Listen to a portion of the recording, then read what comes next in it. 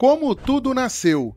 Histórias ilustradas sobre como as coisas nasceram. Agora vamos ver a história que irá passar.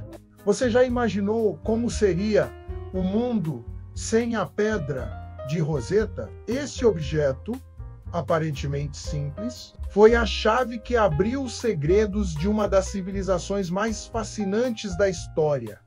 O Egito Antigo. Sem ela, talvez ainda hoje os hieróglifos continuassem sendo um mistério indecifrável. E boa parte da cultura egípcia permaneceria em silêncio. Mas afinal, o que é a Pedra de Roseta e como ela foi decifrada? A história começa em 1799, durante a campanha militar de Napoleão Bonaparte no Egito. Soldados franceses, ao escavar as fortificações próximas à cidade de Roseta, hoje Rachid, encontraram uma pedra de basalto negra, com inscrições em 3 línguas diferentes: grego, demótico e hieróglifos egípcios. O achado, aparentemente casual, mudaria para sempre a forma como entendemos o passado. Naquele momento, os hieróglifos eram um enigma por séculos. Estudiosos haviam tentado compreender aqueles símbolos gravados em templos e tumbas, mas sem sucesso. Alguns acreditavam que eram apenas decorações.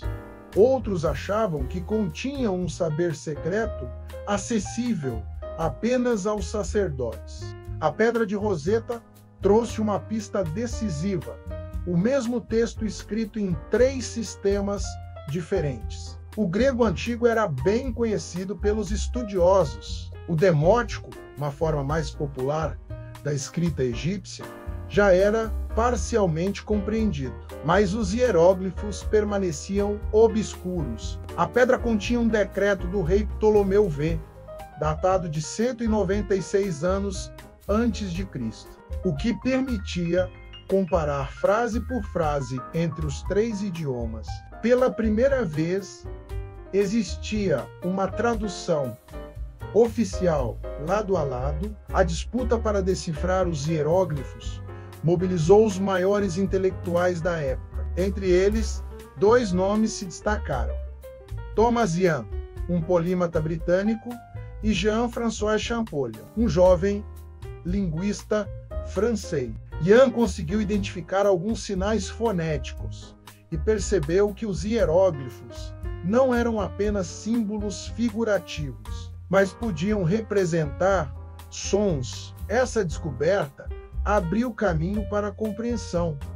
Champollion, porém, foi além. Apaixonado pelas línguas do Oriente, ele estudou profundamente o copta, idioma descendente do antigo egípcio, ainda usado em liturgias cristãs. Com essa chave, conseguiu associar os sons aos sinais hieroglíficos. Em 1822, anunciou a decifração.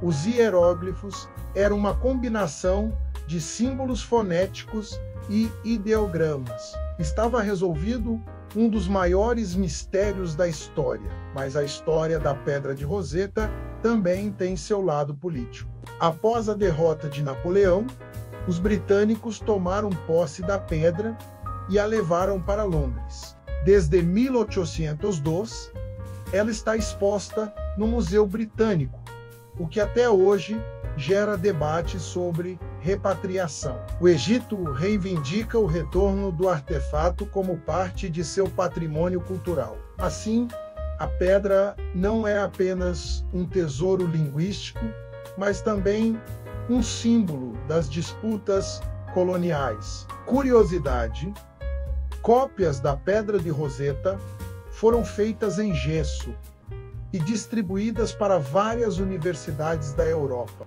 Isso permitiu que diferentes estudiosos tivessem acesso ao texto, acelerando a corrida pela decifração. Outro detalhe interessante é que a pedra não está inteira.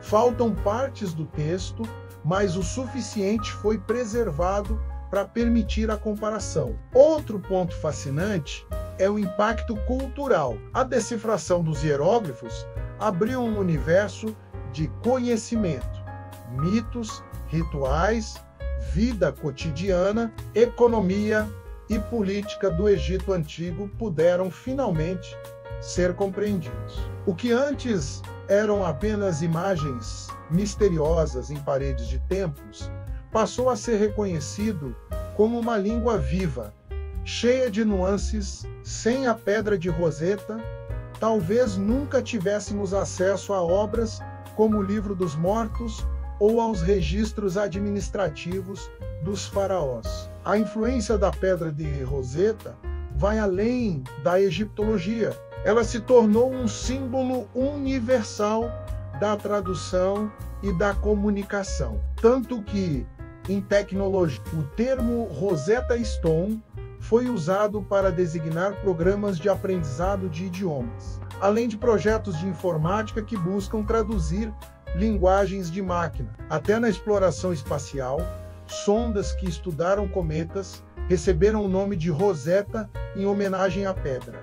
Vale lembrar que a Pedra de Roseta não foi a única inscrição trilingue encontrada, mas foi a mais completa e crucial para a decifração. Outros documentos depois confirmaram as descobertas de Champollion. Ele, inclusive, dedicou sua vida ao estudo do Egito, tornando-se o pai da egiptologia moderna. Sua famosa frase ao anunciar o feito foi: "É isso, tenho a chave." E por que os hieróglifos permaneceram tanto tempo indecifráveis? Porque eles não eram uma escrita puramente alfabética, nem apenas pictórica. Misturavam símbolos que representavam sons, palavras inteiras e até conceitos abstratos. Isso confundia os estudiosos por séculos. Só com a Pedra de Roseta foi possível perceber essa complexidade e, ao mesmo tempo, desvendar sua lógica. Hoje, quem visita o Museu Britânico pode ver a Pedra de Roseta cercada por turistas e estudiosos. É uma das peças mais admiradas do acervo, justamente por seu papel único na ponte entre passado e presente. Mas, para além da vitrine, ela continua a nos lembrar de algo essencial: o poder da linguagem em conectar culturas e atravessar milênios. Portanto, a história da Pedra de Roseta não é apenas a história de uma pedra, é a história de como a humanidade conseguiu ouvir novamente a voz de uma civilização antiga. Um testemunho de perseverança intelectual, de disputa cultural e de fascínio eterno pelo Egito.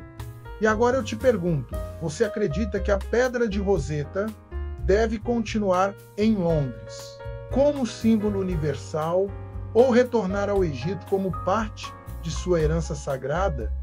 Gostou dessa viagem no tempo? Deixe o seu comentário e compartilhe o que você achou. Se você gostou, compartilhe também com quem vai querer conhecer esta história. Para ser avisado quando sair um novo vídeo, ative o sininho. E para conhecer mais histórias como esta, se inscreva no canal.